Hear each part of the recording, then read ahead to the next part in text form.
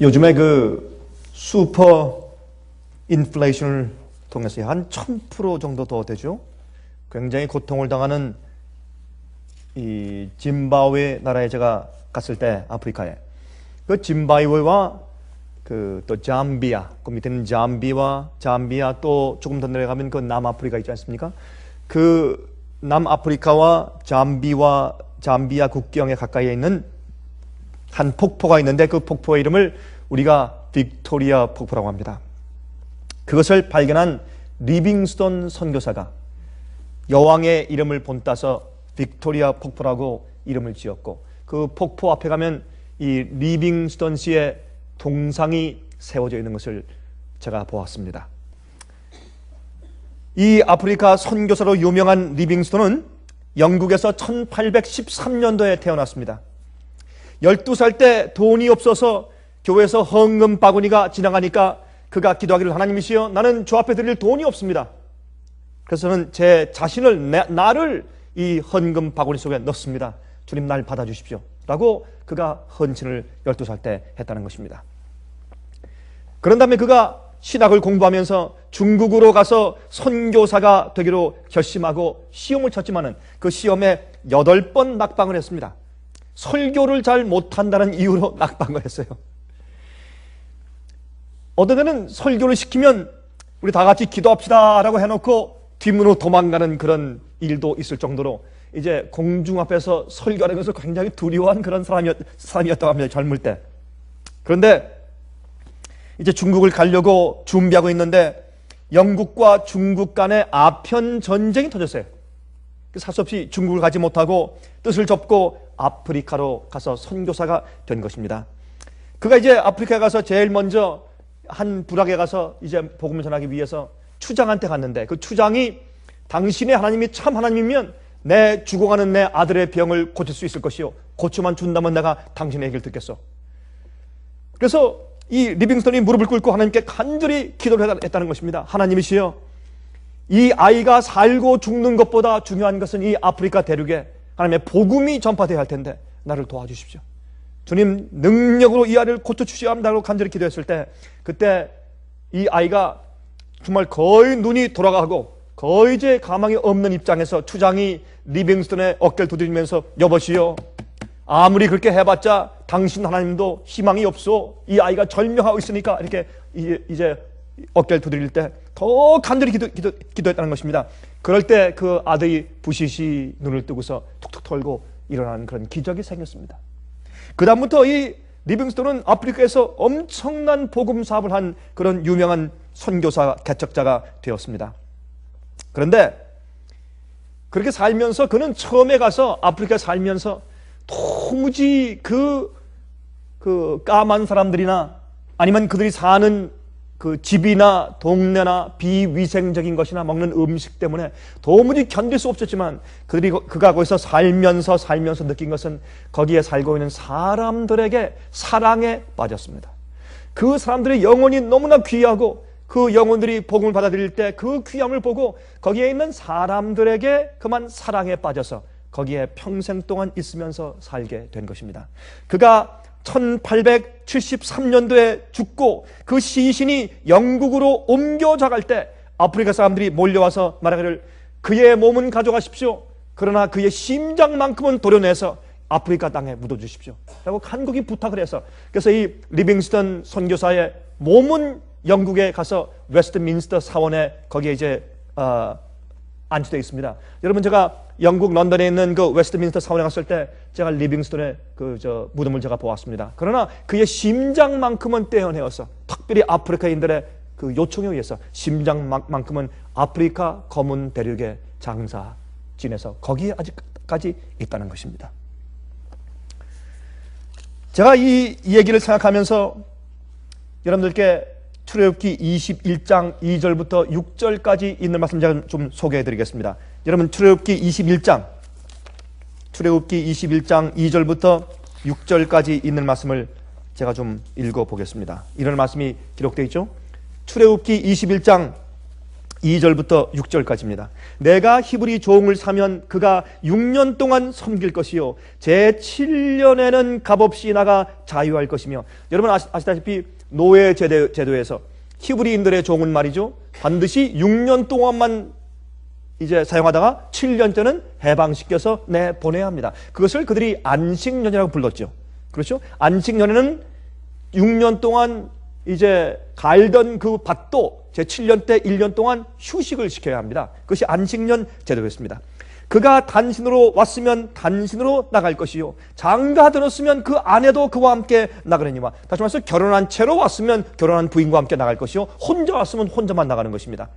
그러나 그가 노예로 이제 팔려와서 사는 동안에 결혼을 해서 자식을 낳았으면 이제 6년을 섬기고 나서 7년째 될 때 그는 그 아내와 자식은 주인 것이기 때문에 놓아두고 혼자 나갈 수밖에 없는 것입니다. 그때 4절에 말씀했습니다. 상전이 그에게 아내를 주므로 그 아내가 자녀가 낳았으면 그 아내와 그 자식들은 상전에게 속할 것이요 그는 단신으로 나갈 것이로되, 종이 진정으로 말하기를 내가 상전과 내 처자를 사랑하니 나가서 자유하지 않겠노라 하면 상전이 그를 데리고 재판장에게로 갈 것이요 또 그를 문이나 문설주 앞으로 데리고 가서 그것에다가 송곳으로 그 귀를 뚫을 것이라. 그가 영영이 그 상전을 섬길 것이라. 여러분, 이 얘기는 종이 진정으로 말할 때 나는 내 아내를 너무 사랑하고 내 이 아이들은 내 자식이고 내가 혼자 나갈 마음이 없습니다. 나 혼자 자유할 마음이 없습니다. 내가 또 이렇게 친절하고 자비하신 주인을 내가 사랑하기 때문에, 존경하기 때문에 내가 평생 동안 내가 주인을 섬기겠습니다. 그런 마음이 있는 종이 진정으로 말하면 어떻게 하라고요? 그 종을 데리고 이제 문에 데리고 가서 그 문에 귀를 대고 거기다 송곳으로 구멍을 뚫습니다. 구멍을 뚫어서 그 종이 자기의 원하는 대로 영원토록 그 주인을 섬기고 그 아내와 자식과 함께 거기서 영원히 살도록. 여러분, 영원히 산다 무슨 말입니까? 영원한 불, 그러면 꺼지지 않는 불입니까? 목적이 영원하다는 뜻이죠. 여러분, 영원히 어떻게 종이 됩니까? 죽는데. 무슨 뜻입니까? 죽을 때까지.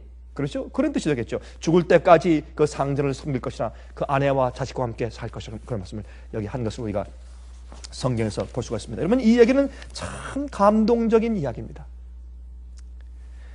여기 있는 얘기의 표상은 우리 구주 예수님을 상징하는 것입니다. 여러분, 요한복음 3장 16절에 말씀하기를 많은 사람들은 하나님이 세상을 이처럼 사랑하사 독생자를 주셨으니 누구든지 저를 믿는 자마다 멸망치 않고 영생을 얻게 하려 하심이라. 쉽게만 이해하지만 거기에는 엄청난 의미가 담겨 있는데, 하나님이 세상을 이처럼 사랑하사 어떻게 하셨어요? 당신의 독생자 예수님을 우리에게 주셨어요. 완전히 주어버리셨어요. 예수님은 이 땅에 오신 다음에 영원히 우리 인간의 한 가족이 되셨어요. 예수님이 돌아가시고 부활하시고 성천에 올라가실 때도 영광스럽게 변화된 인간의 육신을 가지고 올라가셨어요. 그래서 예수님은 하늘에 올라가서도 어떻게 해요? 손에 못자국을 그대로 가지고 있다고 말하고 있습니다. 여러분, 예수께서 부활하신 다음에 어떻게 했습니까? 도마가 나는 예수님의 손에 못자국과 옆구리에 있는 창자국을 보지 않으면 믿지 않겠다 말했을 때 예수께서 창자국을 보여주시고 손에 못자국을 보여주시면서, 자, 보지 않고 믿는 자는 더 행복하다, 더 믿음이 있는 것이야. 자, 보아라. 이래도 믿지 못하겠느냐? 나야. 그래서 예수님께서 부활하신 몸은 어떻게 해요? 못자국을 가지고 있는 몸이요, 여호와 하나님께서 예수께서 이 땅에 성육신 하시고 이 땅에 내려오시기 전에 가지고 있던 그 몸이 아니라 인간의 가족으로 일원이 되신 그 몸을 아직도 가지고 있는 것을 볼 때 예수님은 영원히 예수께서 낳으신, 예수께서 구속하시기 위해서 십자가에 대신 돌아가고 생명을 바쳐주신 우리 가족들, 그 가족들과 영원히 살기 위해서 예수님께서 택하신 것입니다. 하나님이 인간이 되셨어요.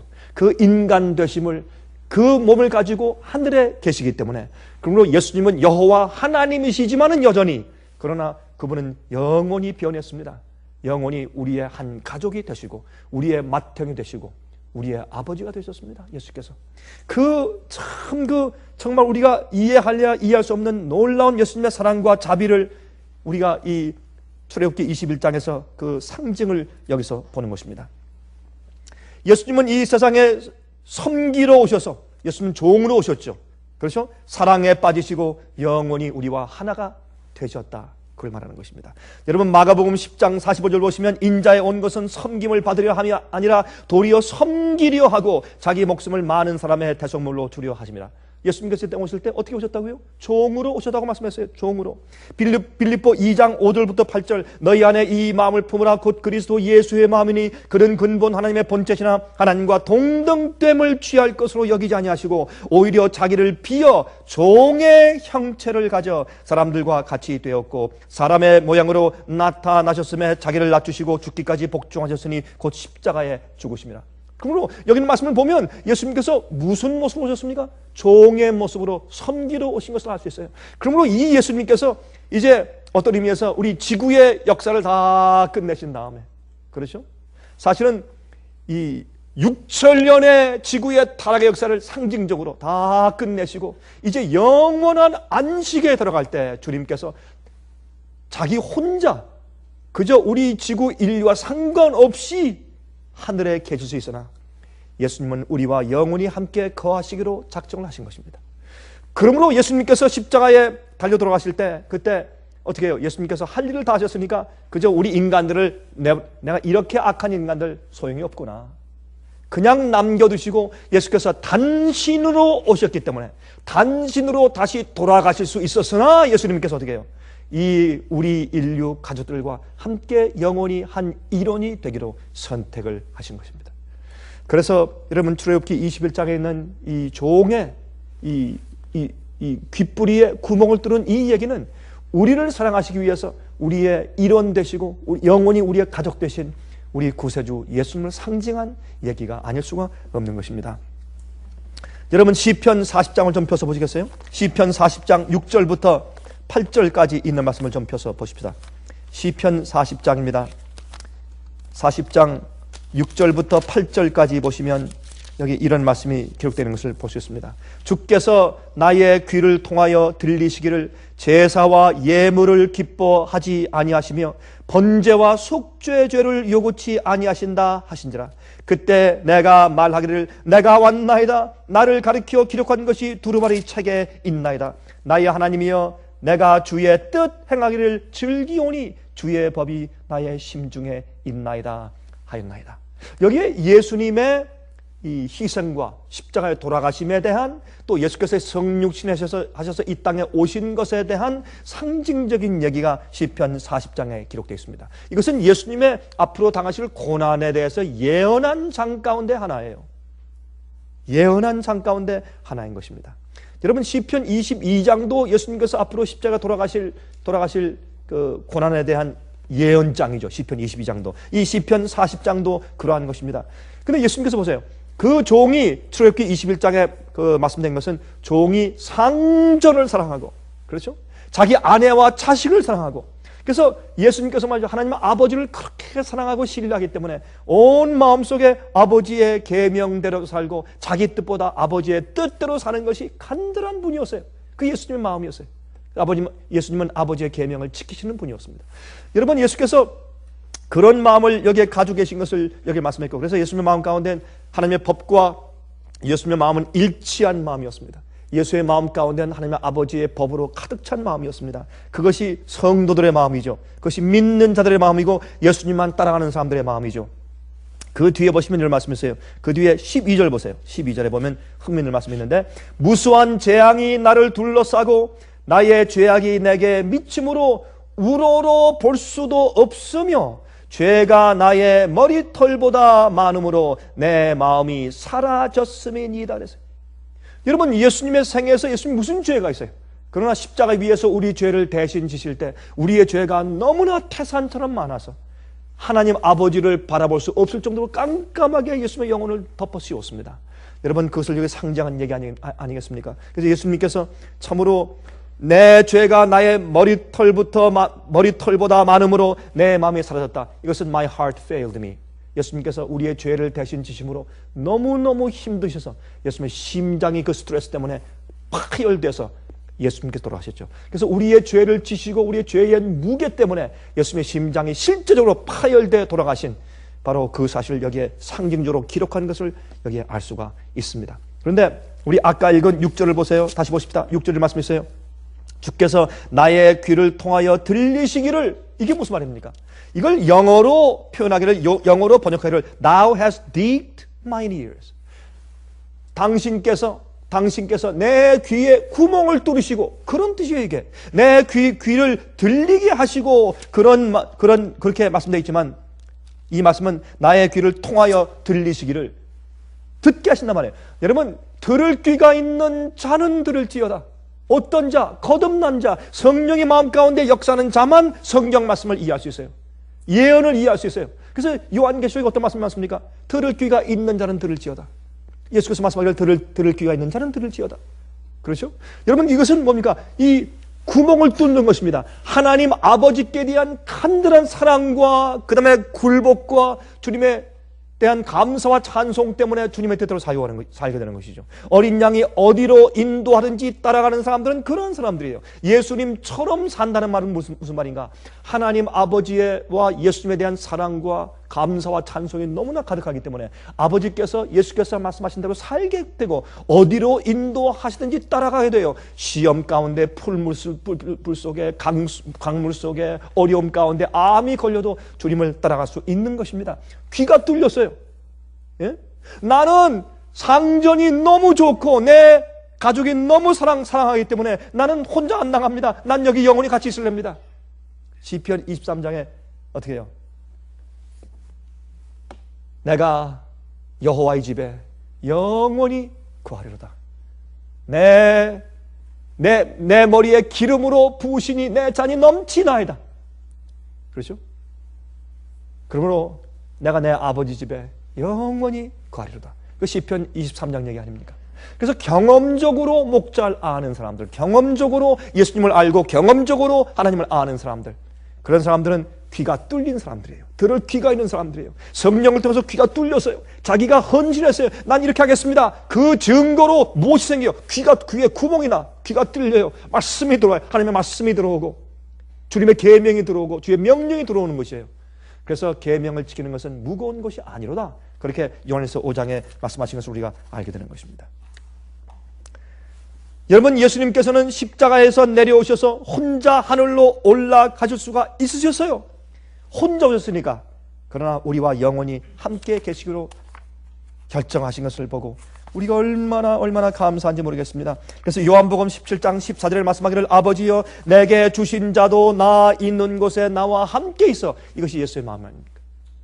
내게 주신 자도 나 있는 곳에 나와 함께 있어. 하나님께서 여러분들을 예수님께 주셨습니까? 하나님께서 여러분들을 예수님께 드렸습니까? 그렇습니다. 예수께서 말씀하기를 내게 주신 자도 나 있는 곳에 나와 함께 있어. 아버지께서 창세 전부터 나를 사랑하심으로 내게 주신 나의 영광을 저희로 보게 하시기를 원하나이다. 그렇게 말씀을 했어요. 귀를 송곳으로 뚫는 종으로 예표되신 예수 그리스도. 우리가 이 사실 때문에 하늘에 가서도 영원히 주님을 찬송하게 되는 것입니다. 여러분, 잃어버린 한 마리 양을 찾아 나선 목자, 그렇죠? 99마리 양은 우리에 놔두고 한 마리 양을 찾아서 오신 목자.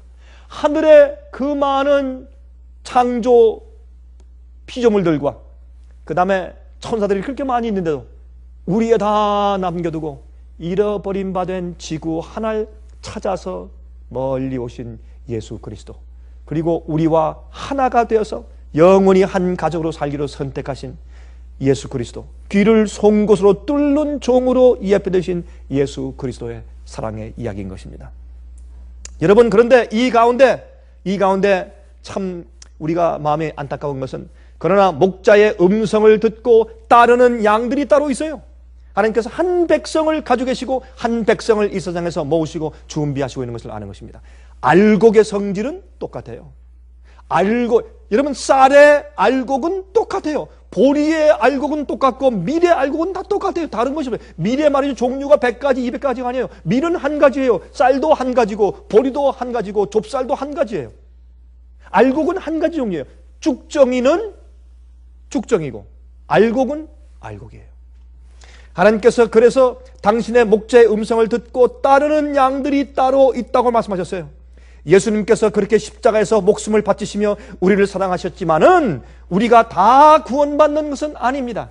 예수의 십자가를 믿는다고 다 구원받는 것이 아니라 예수님을 어린 양이 어디로 인도하든지 순종하며 따라가는 자들이 구원받는다고 성경에 되어 있어요. 여기에 대한 오해가 세상에 많이 있는 것입니다. 여러분, 이번에 제가 LA를 다녀오는데 제가 이제 비행기를 탔는데 한 분을 만났어요. 저한테 좀 아는 표정을 좀 하더라고요. 나중에 좀 앉아서 얘기해 보니까 저에게서 이제 명함을 달라고 해서 명함을 주니까 강병국 목사님이십니까? 예, 그렇습니다. 어떻게 저를 아십니까? 아이, 목사님 모르면 안 되죠. 그래서 우리 월간지를 보고 또 우리 여러 설교들을 이제 들었다고 말을 하면서 자기가 3일 동안 금식을 하면서 간절히 주 앞에 기도하면서 내게 진리를 보여주십시오. 내게 올바른 길로 인도해 주십시오. 간절히 기도하고 금식을 하고 딱 마치고 비행기를 탔는데 하나님께서 당신을 내 옆에 딱 앉게 하셔서 개인적인 세미나를 하게 하셨으니까 참 감사합니다. 목사님 세미나 많이 하시죠? 오늘은 절 위해서 개인적인 세미나를 좀 해주십시오. 4시간 내내 우리가 말씀을 연구했습니다. 여러분, 알고 보니까 그분이 목사예요. 참 좋은 시간 가졌습니다. 저는 이런 경험을 자주 합니다. 한두 번이 아닙니다. 자주 합니다. 제가 한국에 가서 지난번 얼마 안 됐죠. 한국에 가서 안경 알이 좀 오래돼서 그걸 알을 바꾸기 위해서 남대문 시장을 가죠. 여러분, 남대문 시장 가면 그 한 곳에 이 안경점이 150개 내지 200개가 모여 있어요. 남대문 시장에. 거기가 제일 싸다 그러죠. 거기 좀 제가 얼마나 싼가 보려고 좀 거기 한번 갔어요. 갔는데 거기 있는 사람이 말하기를 저한테 남대문 시장에는 안경점들은 기네스북에 올랐대요. 그게 무슨 말입니까? 세계에서 안경점들이 한 곳에 제일 많이 모여 있는 곳이 남대문이래요. 그래서 기네스북에 올랐대요. 근데 거기서 이제 그 가운데 한 곳에 가서 제가 안경을 좀 이렇게 안경 알을 좀 맞추고 있는데 한 분이 이렇게 보시더니 강 목사님이시죠? 아니, 어떻게 그러시고 저를 어떻게 아십니까? 전 TV에서 자주 봤습니다. 한 번은 제가 식당에 갔습니다. 이번엔 얘기입니다. TV에서 나오시는 강 목사님 맞죠?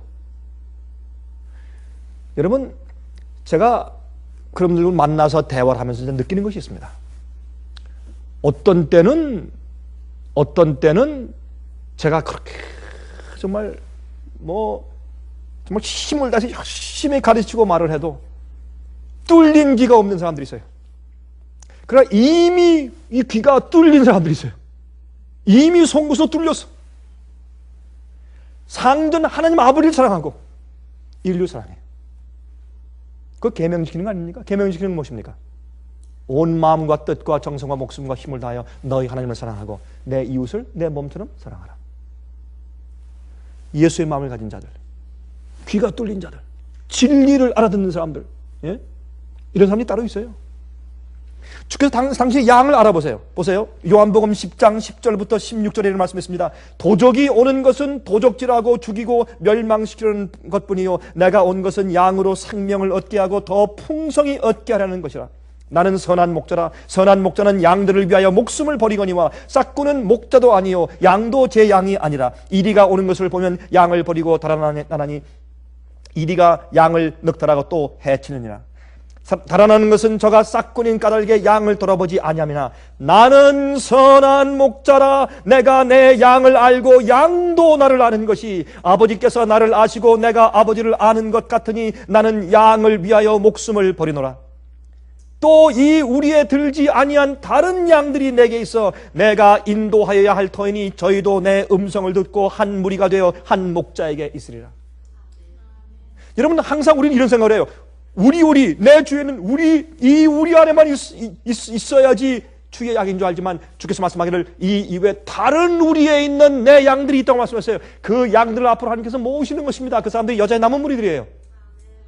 그 백성들을 모실 것입니다. 그러나 주님께서 양 같은 자들이 많을지라도 이 목자를 어디로 인도하든지 간에 따라가는 양들이 따로 있단 말이에요.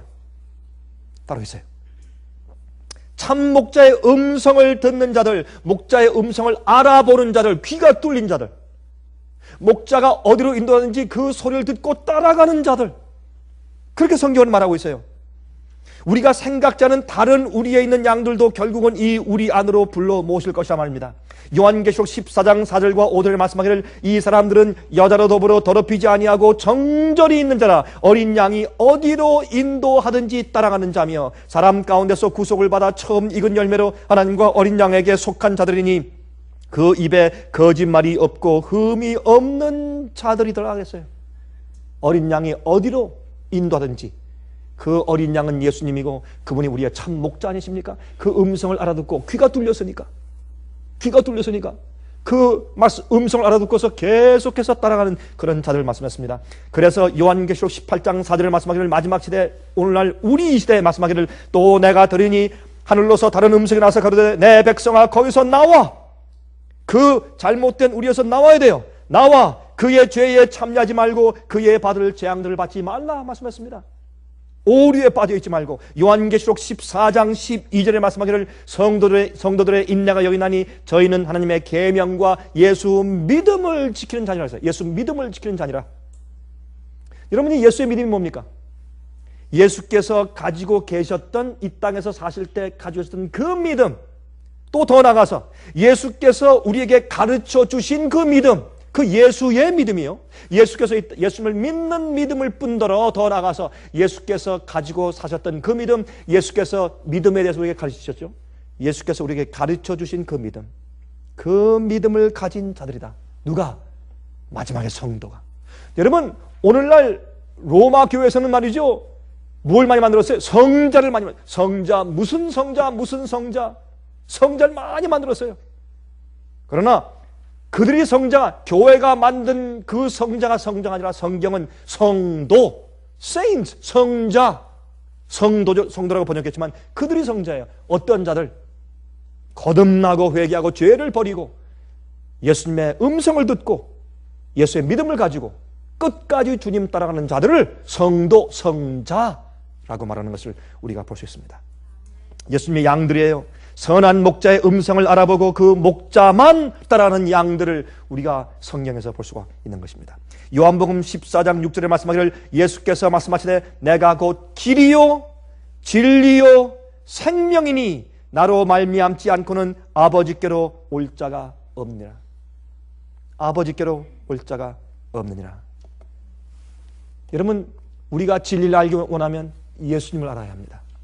우리가 어떤 길로 가야 할까 답답해서 우리가 찾기 원하면 예수님을 알아야 합니다. 우리가 생명을 얻기 위하고 이 죽음에서 생명을 얻기 간절히 바라면 우리가 예수님을 알아야 합니다. 예수님께서 길이고 진리고 생명이시기 때문에 그렇습니다. 여러분 요즘에 너무나 인간적인 가르침들이 난무합니다. 그렇죠? 인간의 방법들이 난무하고 인간의 예배 형식이 난무합니다. 예수께서 뭐라고 말씀했습니까? 예수님께서 어떻게 말씀하셨는가? 예수께서 어떻게 사셨는가? 예수께서 어떤 길로 가셨는가? 예수께서 어떻게 행하셨는가? 그것이 길이요 진리요 생명입니다. 예수님이 진리입니다. 여러분 그러므로 예수께서 가르치신 믿음대로 사는 자들, 그 자들이 성자입니다. 마지막 시대에 예수님을 끝까지 따라가는 양들을 성도라고, 성자라고 성경이 말한다 그 말입니다. 이것은 여러분 요즘에 이 시점에 들어와서 우리에게 얼마나 심각한 얘기인지 모르겠어요. 여러분 이제 조금만 있으면 우리 미국에서 화폐 개혁이 있을 가능성이 참 많습니다. 언젠지 모릅니다. 제가 오늘 어떤 분에게 제가 이메일을 보내면서 그렇게 얘기했어요. 이거는 미국에서 화폐 개혁이 곧 오고 달러가 그만 그 가치를 갖다가 그냥 곤두박질해서 떨어질 것을 우리가 다 알지만 언제 올 것인지 우리는 그건 모릅니다. 아무도 말할 수 없습니다. 지금 우리가 경험하는 이런 경제적인 몰락이 1년 갈지 2년 갈지 그건 모르지만은 그러나 갑자기 달러가 폭락해 버립니다. 여러분 근데 흥미있는 것은 말이죠. 흥미있는 것은 화폐 개혁이 되면은 아메로라고 하는 그런 이제 돈을 이제 이미 만들어 놓았는데 덴버에서 이미 만들어 놓았어요. 근데 제가 요즘에 가만히 이렇게 살펴보니까 제가 이 아메로에 대해서 여러분 제가 이미 말씀을 드렸죠. 근데 요즘에 흥미있는 게 기사가 났는데 그건 뭐냐면 그런 또 얘기가 어떻게 또 흘러나왔는지 모르겠어요. 덴버에서 주조 회사에서 한 열흘 동안 우리가 아내 수리를 위해서 문 닫습니다 하고 문 닫고서 찍어냈는데 그게 아메로 동전을 찍어냈기 때문에 이 사람들이 와서 관광객이 들어오지 못하게 딱 막았습니다. 2주인가래요. 나중에 그게 안에 수리는 한 적이 없어요. 근데 사람들이 들어오는 걸 막았어요. 왜? 새로운 화폐를 찍어내니까. 또 돈을 50불, 20불, 100불의 아메로를 찍어냈는데 그 아메로는 미국이 지금 이 빚이에요. 엄청나잖아요. 빚이 어떤 사람들은 말이죠. 조금 있으면 이 미국의 경기가 또 회복된다. 요즘에 여러분 three big company 그렇죠? Ford, GM, Chrysler 이 세계 자동차 회사를 갖다가 어떻게 하나 지금 정가에서 워싱턴 DC에서 난리 아닙니까? 그런데 공화당이 말이죠. 이거 안 된다 이렇게 반대해가지고 이번에 거기서 베일아웃 프로그램이 안 됐어요. 안 되니까 그러면 7천억 달러를 갖다가 은행에 도와주려는 것을 좀 띄워가지고 도와주자 할 수 없이 이렇게 지금 하고 있어요. 그런데 지금 이것 때문에 난립니다. 만약에 지금 이 새 자동차 공장이 쓰러져 버리면 뱅크럽트 해버리면 한 200만 명 정도의 실직자가 생기고 거기에 따른 부품 회사, 자동차 파는 딜러들 이건 여러분 이론 말할 수 없는 그런 큰 타격이 오는 것입니다. 그래서 정부에서는 이걸 파산시킬 수가 없어요. 파산이 해야 되는데 거기에 돈을 퍼부으면 안 되는데 여러분 미국에는 차들이 우리 한국 차나 일본 차하고 경쟁이 됩니까? 안 돼요. 일꾼들이 그만큼 열심히 일해요? 안 해요. 봉급과 혜택은 훨씬 더 많이 받아가요. 그러니까 안 돼요. 여기는 미국 회사들은 죽어야 돼요. 그래야 미국이 살아요. 그러나 이걸 죽으면 당장 큰일 나니까 어떻게 해요? 어떻게든지 돈을 찍어내서라도 자꾸 경기 부양을 시키려고 하죠. 이것이 앞으로 미국을 더 어렵게 하는 것입니다. 이게 쌓이니까 당장 눈앞에 빚을 내서라도 어떻게 해줘야죠. 그러나 나중에 이것이 우리한테 또 산더미처럼 넘어오죠. 조금 있으면 미국은 경제적으로 망할 수밖에 없습니다. 이거는 조금 있으면 경기가 회복된다. 절대로 될 수가 없습니다. 이거는 1 더하기 1 더하기 1은 3이다. 그것보다 더 쉬운 일이에요. 이것은 너무나 상식적인 얘기이기 때문에 이건 회복될 수가 없습니다. 이거는 폭삭한 다음에 다시 시작을 해야 돼요. 예? 혜택이 많고 봉급 많고 연금 많고 이런 제도가 전부 다 없어져 버리고 다시 시작해야 돼요. 그래야 미국이 살지. 또 지금은 어떻게 싼 것을 들여다가 미국에서 실컷 쓰고 이거 말고 미국에서 싼 물건을 생산해내는 그런 것으로 다시 옛날로 돌아가야지 미국은 살 수가 없어요. 이게 잘못된 포니 이카노미, 잘못된 엉터리 이 경제 제도 위에서 살아왔으니까 오랫동안 이제 우리가 폭삭할 때가 됐어요. 이 전부 다 거품이니까. 여러분 집이 100만 불짜리다. 그럼 여러분들이 100만 불 캐시를 가지고 있어요? 아니에요. 여러분들의 땅이 지금 50만 불이다. 여러분들이 50만 불 금을 가지고 있단 말이에요? 아니에요. 그게 무슨 말이에요? 기대 가치예요. 이거 팔면 50만 불 나온다. 팔면 100만 불 나온다. 그러나 여러분들 폭삭해서 값이 막 4분의 1로 떨어져서 만약에 100만 불짜리가 25만 불 됐다. 그럼 75만 불이 어디 갔어요? 여러분들 75만 불은 원래부터 없었어요. 그냥 그냥 장부에서 그냥 공만 쳐놓은 거예요. 원래 없는 돈이에요. 그런 기대 가치로 전부 다 거품으로 살아왔어요, 우리가. 이거는 원래부터 잘못된 경제예요. 이것은 원래 성경이 말하는 경제가 아니에요. 옛날에 제가 지금 기억하는데 옛날에 우리 집을 팔 때 말이죠. 제가 어릴 때 국민학교 때 기억해요. 국민학생 때였는데 기억합니다. 저희 부모님이 이제 집을 파시는데 우리 집을 사러 오는 사람이 말이죠. 이 현금을 이만큼 아주 잔뜩 박스에 넣어가지고 그 보자기에 다 싸가지고 가져와서 놓고서 저희 아버님, 어머님이 앉아가지고 그 돈을 다 세는 거 제가 지금 본 거 지금도 기억나요. 그 안방에서 돈을 막 세는 거 지금 기억나요. 우린 전부 다 물물 교환이고 현금 교환이고 금과 물건의 교환이었지 이런 경제가 사실은 이거 생긴 지가 그렇게 오래되지 않았습니다. 이것은 이런 자본주의의 경제 체제는 무너져야 합니다. 그게 당연합니다. 그럴 수밖에 없게 되는 것입니다. 자, 잠깐 왜 이런 얘기를 하냐. 그런데 미국이 엄청난 빚을 갚을 길이 없으니까. 근데 이 미국의 달러를 가장 많이 가지고 있는 곳이 어딘가? 중국입니다. 중국에서 가만히 보다가 아이고 미국에 있는 달러 채권 다 우리가 팔아버리겠습니다. 그럴 땐 하루아침에 미국이 무너질 수 있어요. 그래서 어떻게 했느냐. 그렇게 하지 마십시오. 그런 조건으로 이 아메로 달러를 만들어가지고 그러니까 8,000 8,000 빌리언 아메로니까 얼마입니까? 10억, 100억, 1000억, 10억, 100억, 1000억, 그 다음에 조죠. 제가 맞을 거예요. 8,000 빌리언 아메로. 여러분 이거 상상이 되세요? 어마어마한 아메를 찍어가지고 중국에 있는 투자은행에 갖다 줬어요. 미리. 또 어떻게 이런 얘기가 다 세워서 다 돌아다니는지 모르겠어요. 이런 마지막 시대에 어떤 자들이 살아남는가? 저는 그래서 이런 걸 가만히 보면서요, 제 마음 가운데 참 어린 양이 어디로 인도하든지 따라가는 자들이더라. 그 얘기가요, 저한테 새롭게 저한테 다가와요. 새롭게. 예? 저한테 새롭게 다가와요.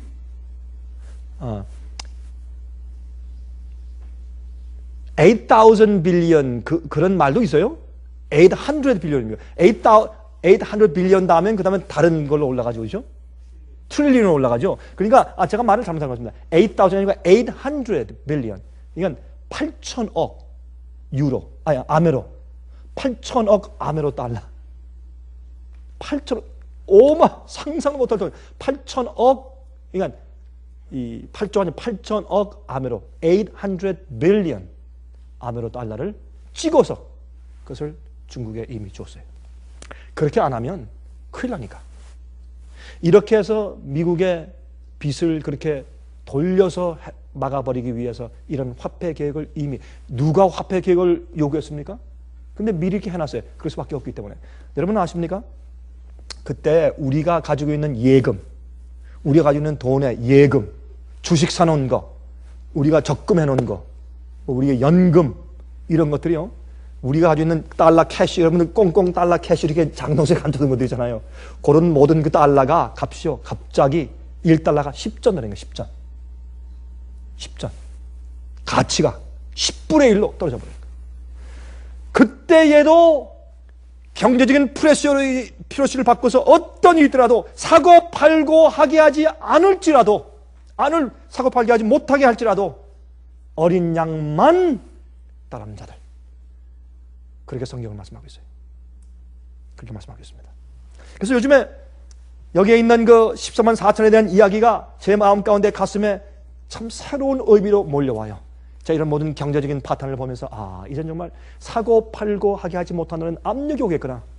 그런 독자적인 이 방법이 올 수밖에 없어요. 그럴 때 어린 양이 어디로 인도하든지 따라가는 사람들, 그 사람들이 예수님만 따라가는 사람들이고, 그 사람들이 하나님의 참 양이고 참 목자의 음성을 듣고 귀에 구멍 뚫린 사람들이에요. 예? 들을 귀가 있는 사람들이고, 그 사람들이 성자, 성도라고, 세인트라고 그렇게 성경은 말하고 있는 것입니다. 여러분, 이 성경은 말하기를 예수의 믿음을 가진 자들이 있는데 또 뭐라고 그랬어요? 하나님의 계명을 지키며 예수의 믿음을 가진 자라, 그렇게 말씀을 하고 있어요, 성경은. 그러므로 그들은 예수의 믿음을 가지면 어린 양이 어디로 인도하는지 따라가는 사람들은 하나님의 계명을 지키는 사람들이에요. 왜요? 순종할 마음이 있어요. 사랑하는 마음이 있으니까. 그게 부담이 아니에요. 이 귀에 구멍이 뚫렸어요. 그래서 계명을 지키는 사람들이라고 성경을 말하고 있어요. 내가 나를 사랑하면 내 계명을 지키라고 예수께서 말씀하셨어요. 요한복음 14장에 내가 나를 사랑하면 내 계명을 지키리라. 내 계명을 지키는 자라야 나를 사랑하는 자라. 그렇게 성경은 계속해서 말씀하고 있어요. 입으로만 하는 신앙생활이 아니라 주님의 뜻을 지키고 따라가는 자들이에요. 우리를 섬기려 오셔서 우리와 하나가 되신 예수님께 대한 사랑과 감사와 존경 때문에 어디로 오라고 하든지 따라가는 사람들이에요. 그래서 다니엘의 세 친구들은 하나님을 사랑함으로 불속까지 따라 들어갔고, 다니엘은 하나님을 사랑해서 사자 굴속으로 따라 들어갔으며, 그렇죠? 바울은 목 잘려 죽을 것을 알면서 로마로 갔어요.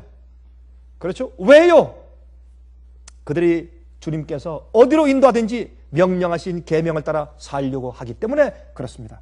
베드로는 십자가에 거꾸로 못 박히러 따라갔고, 침례 요한은 목 잘려 죽는 곳으로 따라갔으며, 스데반은 돌로 쳐 죽이는 곳으로 따라갔고, 바울은 사형돼 이슬로 사라질 것을 알면서도 예수님을 따라서 로마로 갔습니다. 이게 예수를 따르는 사람들입니다. 마지막 시대. 예수께서 가르치신 믿음을 가지고 있는 자들은 예수께서 말씀하신 모든 것을 순종하며 따라갑니다. 그들이 예수님의 믿음을 가지고 있다는 증거는 무엇입니까? 그들이 예수님께서 가르치신 그 믿음을 가지고 산다는 증거는 무엇입니까? 그 증거는 그들이 하나님의 계명을 지키는 생활을 산다는 것입니다. 그것이 그들이 예수의 믿음을 가지고 있다는 외적인 증거예요. 예수의 믿음은 마음속에 가지고 있는 것입니다. 외부적으로 예수님의 믿음을 가지고 예수님께서 어디로 인도하든지 그 어린 양을 따라가는 자들의 외부적인 증거는 그들이 계명을 지키고 순종하는 생활을 사는 것입니다. 보세요. 계명이 무엇입니까? 온 마음을 다하여 하나님 사랑하고 이웃을 내 몸처럼 사랑하는 것이 계명을 지키는 것입니다. 보십시다. 첫째 계명, 나 이외에 다른 신을 내게 두지 말지니라. 무엇입니까? 예배의 대상을 명령하는 것이에요. 대상을 말해요. 그러니까 하나님 이외에 다른 신은 섬기면 안 돼요. 우리 마음 가운데 다른 경배는 있으면 안 돼요. 둘째 계명, 새긴 우상을 만들거나 거기 절하지 말라. 이건 무엇입니까? 예배의 방법이에요. 제일 먼저 예배의 대상을 말씀하시고 두 번째 예배의 방법을 말씀하세요. 이것이 하나님을 사랑하는 길이요. 하나님을 사랑하라. 어떻게 사랑해요? 하나님을 사랑한다면 산에 올라가서 매일 아침 어떻게 해요? 하나님 나 사랑합니다. 맨날 이렇게 외쳐요? 아닙니다. 하나님 사랑하는 것은 하나님께서 명령하신 대로 따라서 사는 것입니다. 그래서 계명은 하나님 사랑하는 것이에요. 보세요. 첫째 계명, 예배의 대상을 명령하는 것이에요. 그래서 하나님만 사랑해요? 사랑이죠. 두 번째, 예배의 방법이에요. 우상을 숭배하면 안 돼요. 눈에 보이는 우상이든지 눈에 보이지 않는 우상이든지 우리 마음 가운데 우상이 있으면 안 돼요. 하나님 이외에 더 사랑하는 것이 있으면 안 돼요. 하나님께 대한 사랑이요, 충성이요, 복종이요. 그러므로 이것은 무엇입니까? 하나님 사랑하는 것이에요. 이게 계명이 그런 것이에요. 또 셋째 계명, 여호와 이름을 망령되이 일컫지 말라. 이게 뭐예요?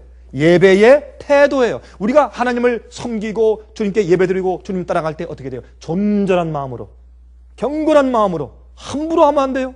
예배드릴 때 함부로 주의 이름 마음대로 부르면 안 돼요. 막 와서 춤추고 떠들고 그런 축제식이 아니에요. 경건하게 거룩한 하나님을 대하는 것입니다. 셋째 계명은 우리 예배의 태도예요. 넷째 계명은 무엇이에요? 넷째 계명은 언제 그러면? 예배 시간이요. 예배 시간. 예수님께서 부활하신 날을 복주시고 거룩하게 하시고 쉬셨다고 말씀하지 않았어요. 예수님께서 승천하신 날을 복주시고 거룩하게 하시고 쉬셨다고 말씀하지 않았어요. 노아가 방주에 들어간 날을 거룩하게 하시고 쉬셨다고 말씀하지 않았어요. 노아가 방주에서 나온 날을 거룩하게 하셨다고 말씀하지 않았어요. 이스라엘 백성을 출애굽시킨 그 날을 복주시고 거룩하게 하시고 쉬셨다고 말씀하지 않았어요. 이스라엘 백성들에게 십계명을 시내산에서 주신 그 날을 하나님께서 복주시고 거룩하게 하시고 쉬셨다고 말씀하지 않았단 말입니다. 언제? 예수님께서 6일 동안 세상을 창조하시고 제7일에 쉬시고 그것을 거룩하게 하시고 또한 복주셨다고 성경은 말씀하고 있어요. 그래서 창조의 기념일인 날을 하나님께서 예배일로 정하셨어요. 그래서 말씀하기를 넷째 계명은 예배의 시간이에요. 그러므로 첫째 계명은 예배의 대상을 명령하시고, 두 번째 예배의 방법을 설명하시고, 셋째 계명 예배의 태도에 대해서 명령하시고, 네 번째 계명 예배의 시간에 대해서 명령하신 것을 알 수 있습니다. 자, 다섯째부터 열째 계명을 보세요. 다섯째부터 열째 계명을 보세요. 어떤 말씀입니까? 내 이웃을 내 몸처럼 사랑하는 방법입니다. 내 이웃을 내 몸같이 사랑하라. 어떻게 한단 말이에요? 어떻게? 맨날 가서 뭐 끌어안고 키스하고 부벼요? 뭐 어떻게 하란 말이에요? 맨날 밥을 해줘요? 어떻게 하란 말이에요? 내가 내 이웃을 내 몸처럼 사랑하는 그 방법이 무엇인가? 그 다섯 번째, 여섯 번째, 일곱, 여덟, 아홉, 열 번째 계명으로 말씀하신 것이에요. 그게 사랑하는 방법이에요. 뭐 어떻게 하는 거예요? 제일 먼저 부모를 공경해야 돼요. 부모를 사랑해야 돼요. 존중해야 돼요. 부모를 공경해야 돼요. 말씀을 순종해야 돼요. 물론 주 안에서지만 부모를 공경해야 돼요. 이거 하지 않으면 계명을 어기는 것이요. 또 그 다음에 뭡니까? 남을 죽이지 말아야 돼요. 미워하지도 말고 살인하지 말아야 돼요. 또요, 간음하지 말아야 돼요. 또요, 남의 것을 훔치고 도둑질하지 말아야 돼요. 또요, 내 이웃을 대해서 거짓 증거하지 말아야 돼요. 이 거짓말은 우리의 이웃에 손해를 끼치기 위해서 내가 거짓말하는 것이에요. 나의 이익을 위해서. 그런 거짓 증거하지 말라는 것이에요. 열 번째 뭡니까? 탐내지 말라. 탐내지 말라. 탐심은 내 이웃을 어떻게 해요? 해 끼칠 수 있는 내 속에 있는 뿌리요.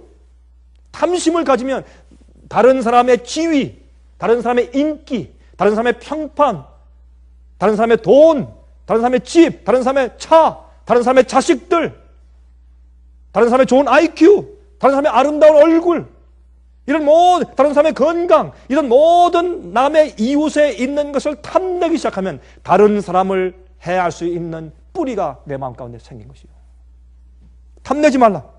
그러므로 10계명은 전부 다 하나님을 온 마음을 다해 사랑하고 내 이웃을 내 몸처럼 사랑하라 하는 그 두 말씀이 이 10째 계명 가운데 아주 자세하게 표현되어 있기 때문에 우리가 그대로 살아야 할 것이요. 이것이 계명을 지키는 사람들입니다. 그러므로 마지막 시대의 성자는 누구예요? 성도들은 누구라고요? 성도의 인내가 여기나니. 왜요? 앞으로 짐승 옆에 환란이 오니까, 핍박이 오니까, 사고팔고 하지 못하는 그런 어려운 경제적인 그런 강요하는 일들이 있으면서 우리를 믿음대로 살지 않게 우리 마음을 바꾸려고 강요하니까, 그럴 때라도 성도인 나는 여기나니 저들은 하나님의 계명과 예수 믿음을 지키는 자들이에요. 예수의 믿음을 가지고 있다는 그 겉으로의 표현이 무엇입니까? 하나님의 계명을 지키는 것이라 그렇게 말씀하는 것입니다. 계명을 지키기 위해서, 우상 숭배하지 않기 위해서 다니엘 세 친구들은 풀무불 속에 들어갔습니다. 죽으면 죽었지. 다니엘은요, 첫째 계명을 어기지 않기 위해서 여호와 나 이외에 다른 신을 섬기지 마라, 그 첫째 계명을 어기지 않기 위해서 그는 사자굴 속에 들어갔어요. 마지막 시대도 마찬가지입니다. 내가 너희를 구속한 여호와이기 때문에 너희는 내 계명을 지키라. 그것이 출애굽기 20장 아닙니까? 10계명을 반포하시기 전에 나는 너희를 애굽에서 구원해낸 구속자 여호와이기 때문에, 나는 너희의 구세주 구속자이기 때문에 너희는 내 계명을 지키라, 그렇게 말씀되어 있어요. 그러므로 우리가요, 계명을 지키는 것은 예수님께서 우리를 어디로 인도하시든지 따라가는 길은요, 우리가요, 우리 귀에 구멍을 뚫는 일이에요. 우리가 하나님 사랑하고 내 가족 사랑하기 때문에. 무엇입니까? 하나님 사랑하고 내 이웃 사랑하니까. 마음 가운데 계명을 지키는 마음을 받은 것이요. 귀가 뚫렸어요. 순종할 마음이 생겼어요. 사랑 때문에.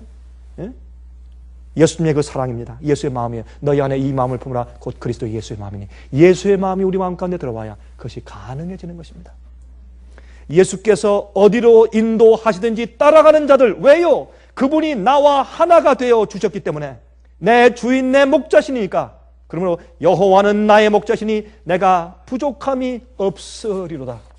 이 세상에서 어떤 일이 생기더라도, 여러분, 제가 이번에 이제 그 LA에서 제가 미국 교회에서 집회를 마치고 나니까 그 한국 분들 몇 분이 저한테 전화를 했어요. 목사님 여기 LA 오셨으니까 저 좀 꼭 좀 만나고 하십시오. 그래서 제가 또 거기 가서 또 우리 한국 분들 몇 분을 만났어요. 그들의 질문이 이것입니다. 목사님, 우리가 보니까 이 세월을 보니까, 세상에 돌아가는 것을 보니까 이제는 끝입니다.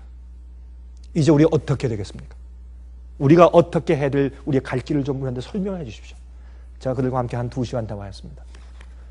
여러분들이시요, 이제는 참 목자의 음성을 듣는 자들, 귀에 구멍 뚫린 자들, 그래서 주의 말씀이 들리는 자들, 들을 귀가 있는 자들, 참 목자의 음성을 알아듣는 참된 양들이 있습니다.